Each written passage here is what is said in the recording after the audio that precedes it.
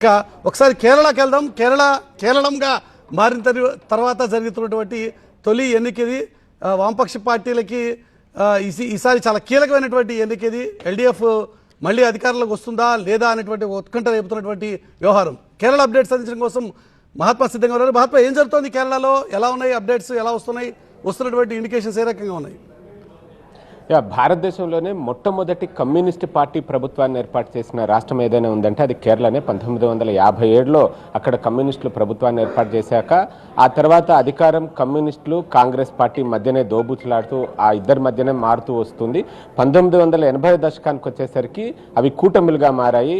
ఎందుకంటే communist party కూడా చీలిపోయి CPM ఇలా వేర్వేరు చీలికలు అయ్యాక ఎన్నికలకు వచ్చేసరికి ఒక కూటమిగా లెఫ్ట్ డెమోక్రటిక్ ఫ్రంట్ ఎల్డీఎఫ్గా మారి పోటీ చేస్తూ వస్తుంటే కాంగ్రెస్ తన బలాన్ని కోల్పోతూ వచ్చిన క్రమంలో ఇతర రాజకీయ పార్టీలు ఐయుఎంఎల్, ఇండియన్ యూనియన్ ముస్లిం లీగ్, ఇతర స్థానిక రాజకీయ పార్టీలతో కలిసి యూడిఎఫ్ అన్న కూటమిని ఏర్పాటు చేసి 80 దశకం నుంచి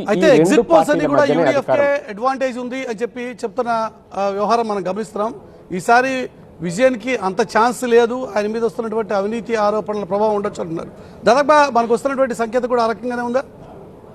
ఎగ్జాక్ట్లీ అదే చెప్పబోతున్నా. 80 దశకం నుంచి రెండు పార్టీల మధ్య ప్రజలు మారుస్తూ వచ్చారు ఓట్లు, అంటే అధికారాన్ని మారుస్తూ వచ్చారు. కానీ లాస్ట్ టైం మాత్రం ఎల్డీఎఫ్ తన రికార్డును బ్రేక్ చేసింది. అంటే రెండోసారి వరుసగా మళ్ళీ ఎల్డీఎఫ్ అధికారంలోకి వచ్చింది. కానీ ఇప్పుడు మూడోసారి వచ్చే అవకాశం మాత్రం లేదు అనేదే ఎగ్జిట్ పోల్ అంచనాలు చెప్తున్నాయి.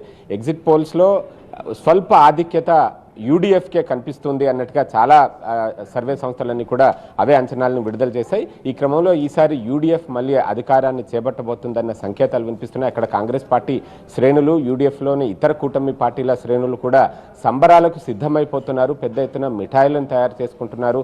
సెలబ్రేషన్స్ మూడ్లోనే వాళ్ళు ఉన్నట్టుగా తెలుస్తోంది.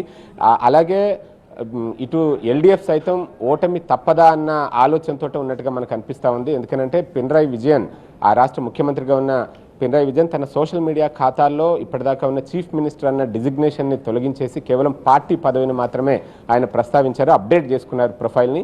ఆ అప్డేట్ చేసుకోవడం కూడా దీనికే సంకేతమా అన్న చర్చ ఒకటి ఆ రాష్ట్రంలో జరుగుతుంది. ఏదేమైనా 140 అసెంబ్లీ స్థానాలు ఉన్న కేరళలో గెలుపొందేందుకు అవసరమైన 71 సీట్లు ఏ కూటమికి వస్తే ఆ కూటమి ప్రభుత్వాన్ని ఏర్పాటు చేస్తుంది. అయితే ఎగ్జిట్ పోల్ అంచనాలు ఆ రాష్ట్రంలో కనిపిస్తున్న మూడు ఇదంతా కూడా మార్పు కోరుకుంటున్నారు. యూడిఎఫ్ వైపే ప్రజలు మొగ్గు చూపారు. పినరాయి విజయన్ పరిపాలన తీరు మీద పెద్దగా అసంతృప్తి లేనప్పటికీ కూడా మార్పు కోరారు అన్నదే ఎగ్జిట్ పోల్ అంచనాలు ఎక్కువగా చెప్తున్నాయి. ఓకే మహాత్మా, మనం